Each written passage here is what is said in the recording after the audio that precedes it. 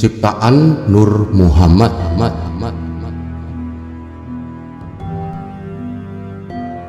Sedulur-sedulur nasihat kehidupan misteri. Suatu hari Sayyidina Ali karam Allahu wajhahu misanan dan menantu Nabi suci Shallallahu Alaihi Wasallam bertanya, "Wahai Muhammad, kedua orang tuaku akan menjadi jaminanku. Mohon katakan padaku apa yang diciptakan Allah Ta'ala sebelum semua makhluk ciptaan." Jawaban yang sangat indah. Sesungguhnya sebelum Rabbmu menciptakan lainnya, Dia menciptakan dari nurnya nur nabimu, dan nur itu diistirahatkan, haitu Masya Allah, di mana Allah menghendakinya untuk istirahat. Dan pada waktu itu tidak ada hal lainnya yang hadir, tidak lauh al-mahfudz, tidak sang pena, tidak surga ataupun neraka, tidak malaikat muqarrabin, tidak langit ataupun dunia, tiada matahari, tiada rembulan, tiada bintang, tiada jin atau manusia atau malaikat. Belum ada apa-apa yang diciptakan kecuali nur ini. Kemudian Allah Subhanahu wa Ta'ala dengan iradatnya menghendaki adanya ciptaan. Dia kemudian membagi nur ini menjadi 4 bagian. Dari bagian pertama, Dia menciptakan pena. Dari bagian kedua, lauh al-mahfudz. Dari bagian ketiga, arsy. Ini telah diketahui bahwa ketika Allah menciptakan lauh al-mahfudz dan pena, pada pena itu terdapat 100 simpul. Jarak antara kedua simpul adalah sejauh 2 tahun perjalanan. Allah kemudian memerintahkan pena untuk menulis, dan pena bertanya, "Ya Allah, apa yang harus saya tulis?" Allah berkata, "Tulislah La ilaha illallah Muhammad Rasulullah." Atas itu pena berseru, "Oh, betapa sebuah nama yang indah, agung Muhammad itu, bahwa dia disebut bersama asmamu yang suci, ya Allah." Allah kemudian berkata, "Wahai pena, jagalah kelakuanmu. Nama ini adalah nama kekasihku. Dari nurnya aku menciptakan arsy dan pena dan lauh al-mahfudz. Kamu juga diciptakan dari nurnya. Jika bukan karena dia, aku tidak akan menciptakan apapun." Ketika Allah Subhanahu wa Ta'ala telah mengatakan kalimat tersebut, pena itu terbelah 2 karena takutnya akan Allah, dan tempat dari mana kata-katanya tadi keluar menjadi tertutup atau terhalang, sehingga sampai dengan hari ini ujungnya tetap terbelah 2 dan tersumbat, sehingga dia tidak menulis sebagai tanda dari rahasia ilahiyah yang agung. Maka jangan seorang pun gagal dalam memuliakan dan menghormati Nabi suci, atau menjadi lalai dalam mengikuti contohnya yang cemerlang, atau membangkang atau meninggalkan kebiasaan mulia yang diajarkannya kepada kita. Kemudian Allah memerintahkan pena untuk menulis. "Apa yang harus saya tulis, ya Allah?"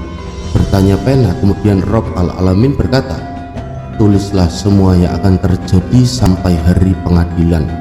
Berkata pena, "Ya Allah, apa yang harus saya mulai?" Berkata Allah, "Kamu harus memulai dengan kata-kata ini, Bismillah ar-Rahman ar-Rahim, dengan rasa hormat dan takut yang sempurna." Kemudian pena bersiap untuk menulis kata-kata itu pada kitab lauh al-mahfudz, dan dia menyelesaikan tulisan itu dalam 700 tahun. Ketika pena telah menulis kata-kata itu, Allah Subhanahu wa Ta'ala berbicara dan berkata, "Telah memakan 700 tahun untuk kamu menulis 3 namaku, nama keagunganku, kasih sayangku, dan empatiku. 3 kata-kata yang penuh barokah ini saya buat sebagai sebuah hadiah bagi umat kekasihku Muhammad. Dengan keagunganku, aku berjanji bahwa bila mana abdi manapun dari umat ini menyebutkan kata Bismillah dengan niat yang murni, aku akan menulis 700 tahun pahala yang tak terhitung untuk abdi tadi, dan 700 tahun dosa akan aku hapuskan." Sekarang selanjutnya, bagian keempat dari nur itu aku bagi lagi menjadi 4 bagian. Dari bagian pertama aku ciptakan malaikat penyangga singgasana, hamalat al-ars. Dari bagian kedua aku telah ciptakan kursi, majelis ilahiyah, langit atas yang menyangga singgasana lahiyah, ars. Dari bagian ketiga aku ciptakan seluruh malaikat makhluk langit lainnya. Dan bagian keempat aku bagi lagi menjadi 4 bagian. Dari bagian pertama aku membuat semua langit. Dari bagian kedua aku membuat bumi-bumi. Dari bagian ketiga aku membuat jin dan api. Bagian keempat aku bagi lagi menjadi 4 bagian.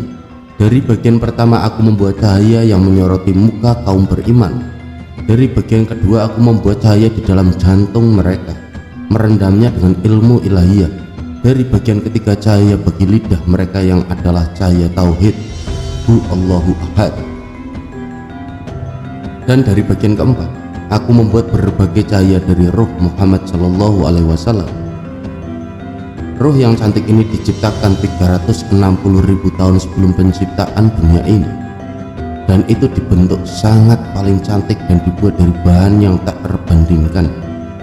Kepalanya dibuat dari petunjuk, lehernya dibuat dari kerendahan hati, matanya dari kesederhanaan, kejujuran, dahinya dari kedekatan kepada Allah, mulutnya dari kesabaran, lidahnya dari kesungguhan, pipinya dari cinta dan kehati-hatian, perutnya dari tirakat terhadap makanan dan hal-hal keduniaan, kaki dan lututnya dari mengikuti jalan lurus, dan jantungnya yang mulia dipenuhi dengan rahman. Ruh yang penuh kemuliaan ini diajari dengan rahmat dan dilengkapi dengan adab semua kekuatan yang indah. Kepadanya diberikan risalahnya dan kualitas kenabiannya dipasang. Kemudian mahkota kedekatan ilahiyah dipasangkan pada kepalanya yang penuh barokah, masyhur dan tinggi di atas semua lainnya. Didekorasi dengan ridho ilahiyah dan diberi nama Habibullah, kekasih Allah yang murni dan suci. 12 tabir, 12 bulan, 12 Rabiul Awal, 12 suku, 12 menunjukkan penuntasan. Sesudah ini Allah Subhanahu wa Ta'ala menciptakan 12 tabir. Yang pertama dari itu adalah tabir kekuatan di dalam mana ruh Nabi Shallallahu Alaihi Wasallam tinggal selama 12.000 tahun membaca Subhana Rabbil Ala, Maha Suci Robku Maha Tinggi. Yang kedua adalah tabir kebesaran dalam mana dia ditutupi selama 11.000 tahun berkata Subhanal Alim Al Hakim, Maha Suci Robku Mana Tahu Maha Bijak. Yang ketiga dia dipingit selama 10.000 tahun dalam tabir kebaikan mengucapkan Subhana Man Huwa Daim La Yakta, Maha Suci Robku yang abadi yang tidak berakhir. Tabir keempat adalah tabir Rahman. Di situ ruh mulia itu tinggal selama 9.000 tahun memuja Allah berkata Subhana Rafi Al-A'la, Maha Suci Robku yang ditinggikan Maha Tinggi. Tabir kelima adalah tabir nikmat, dan di situ tinggal selama 8.000 tahun mengagungkan Allah dan berkata Subhana Man Huwa Qaimun La Yanam, Maha Suci Robku yang selalu ada yang tidak tidur. Tabir keenam adalah tabir kemurahan, di mana dia tinggal selama 7.000 tahun memuja Subhana Man Huwal Ghaniyul La Yafkaru, Maha Suci Robku yang maha kaya yang tidak pernah menjadi miskin.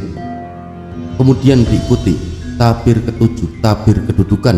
Di sini ruh tercerahkan itu tinggal selama 6.000 tahun memuja Allah dan berkata Subhana Man Huwal Khaliq An-Nur, Maha Suci Robku Maha Pencipta Maha Cahaya.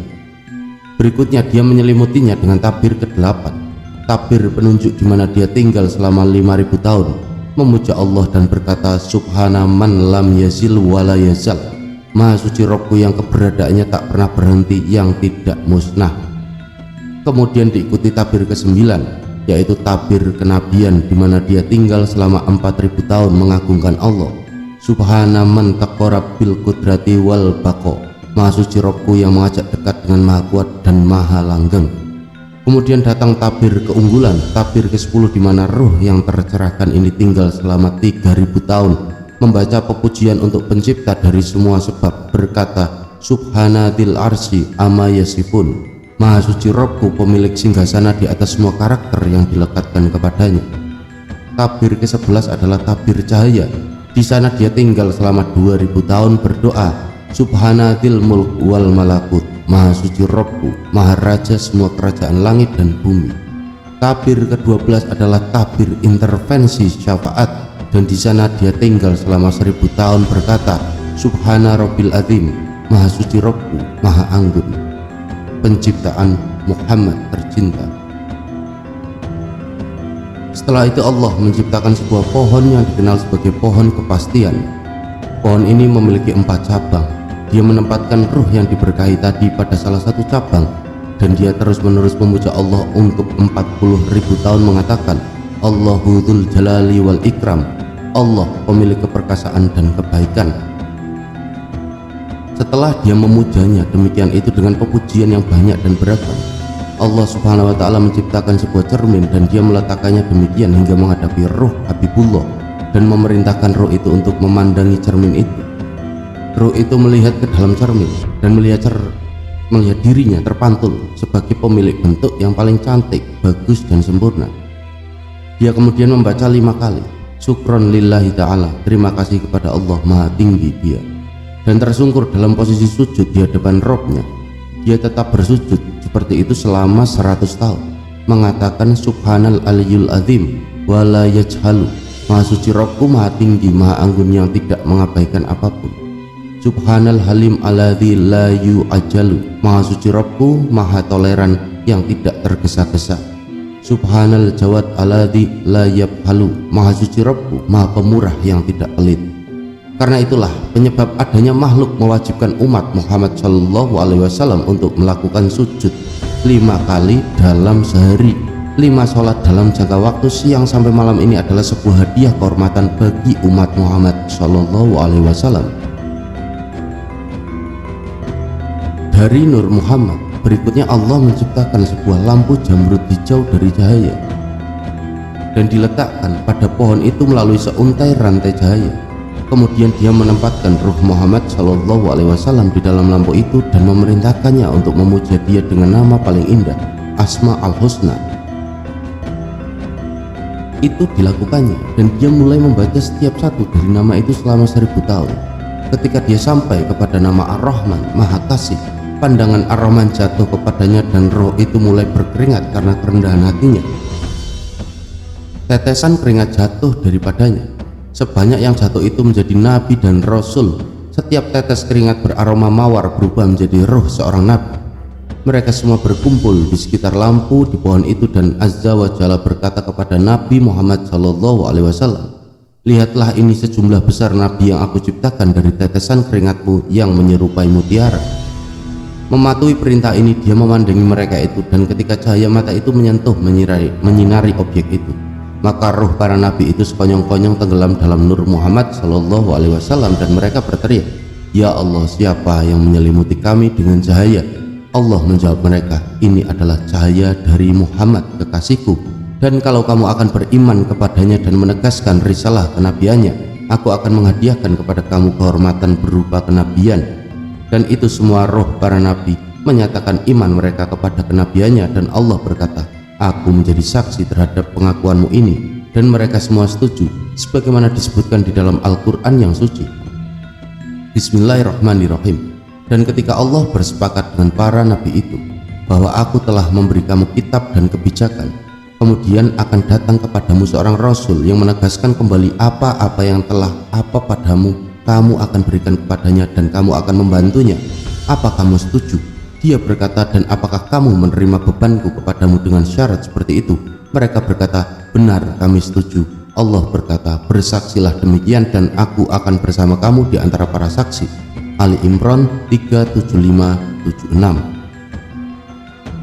Kemudian roh yang murni dan suci itu kembali melanjutkan bacaan Asma al-Husnah lagi. Ketika dia sampai kepada nama Al-Qahar, kepalanya mulai berkeringat sekali lagi karena intensitas dari Al-Qahar itu, dan dari butiran keringat itu Allah menciptakan ruh para malaikat yang diberkati, dan keringat pada mukanya Allah menciptakan singgasana dan hadirat ilahiyah, kitab induk dan pena, matahari, rembulan dan bintang-bintang. Dari keringat di dadanya dia menciptakan para ulama, para syuhada dan para mutakin. Dari keringat pada punggungnya dibuatlah Bait Al-Ma'mur, rumah surgawi, Ka'batullah, Ka'bah, dan Bait Al-Muqaddas, haram Yerusalem, dan Raudha Mutahharah. kuburan Nabi suci Shallallahu Alaihi Wasallam di Madinah, begitu juga semua masjid di dunia ini. Dari keringat pada alisnya dibuat semua roh kaum beriman, dan dari keringat punggung bagian bawahnya dibuatlah semua roh kaum tak beriman, pemuja api dan pemuja patung. Dari keringat di kakinya dibuatlah semua tanah dari timur ke barat, dan semua apa-apa yang berada di dalamnya. Dari setiap tetes keringatlah roh seorang beriman atau tak beriman dibuatnya. Itulah sebabnya Nabi suci Shallallahu Alaihi Wasallam disebut juga sebagai Abu Arwah, ayah para roh. Semua roh ini berkumpul mengelilingi roh Muhammad Shallallahu Alaihi Wasallam, berputar mengelilinginya dengan perpujian dan pengagungannya selama 1000 tahun. Kemudian Allah memerintahkan para roh itu untuk memandang roh Muhammad Shallallahu Alaihi Wasallam. Para roh pun mematuhi. Di antara mereka yang pandangannya jatuh kepada kepalanya ditakdirkan menjadi raja dan kepala negara di dunia ini. Mereka yang memandang kepada dahinya menjadi pemimpin yang adil. Mereka yang memandang matanya akan menjadi hafiz. Kalimat Allah, yaitu seorang yang memegangnya ke dalam ingatannya. Mereka yang memandang alisnya akan menjadi pelukis dan artis. Mereka yang memandang telinganya akan menjadi mereka penerima peringatan dan nasihat. Mereka yang melihat pipinya yang penuh barokah menjadi pelaksana karya yang bagus dan pantas. Mereka yang melihat mukanya menjadi hakim dan membuat wewangian. Dan mereka yang melihat bibirnya yang penuh barokah menjadi menteri. Barang siapa melihat mulutnya akan menjadi mereka yang banyak berpuasa. Barang siapa yang melihat giginya akan menjadi kelihatan raja-raja. Barang siapa melihat tenggorokannya yang penuh barokah akan menjadi khatib dan muadzin yang mengumandangkan adzan. Barang siapa memandang jenggotnya akan menjadi pejuang di jalan Allah. Barang siapa memandang lengan atasnya akan menjadi seorang pemanah atau pengemudi kapal laut. Dan barang siapa melihat lehernya akan menjadi usahawan dan pedagang. Siapa yang melihat tangan kanannya akan menjadi seorang pemimpin, dan siapa yang melihat tangan kirinya akan menjadi seorang pembagi yang menguasai timbangan dan mengukur satu kebutuhan hidup. Siapa yang melihat telapak tangannya menjadi seorang yang gemar memberi. Siapa yang melihat ke belakang tangannya akan menjadi kolektor. Siapa yang melihat bagian dalam dari tangan kanannya menjadi seorang pelukis. Siapa yang melihat ujung jari tangan kanannya akan menjadi seorang kaligrafer, dan siapa yang melihat ujung jari tangan kirinya akan menjadi seorang pandai besi. Siapa yang melihat dadanya yang penuh barokah akan menjadi seorang terpelajar, meninggalkan keduniawian dan berilmu. Siapa yang melihat punggungnya akan melihat menjadi seorang yang rendah hati dan patuh pada hukum syar'i. Siapa yang melihat sisi badannya yang penuh barokah akan menjadi seorang pejuang. Siapa yang melihat perutnya akan menjadi orang yang puas. Dan siapa yang melihat lutut kanannya akan menjadi mereka yang melaksanakan rukuk dan sujud. Siapa yang melihat kakinya yang penuh barokah akan menjadi seorang pemburu. Dan siapa yang melihat telapak kakinya menjadi mereka yang suka bepergian. Siapa yang melihat bayangannya akan menjadi penyanyi atau pemain saz.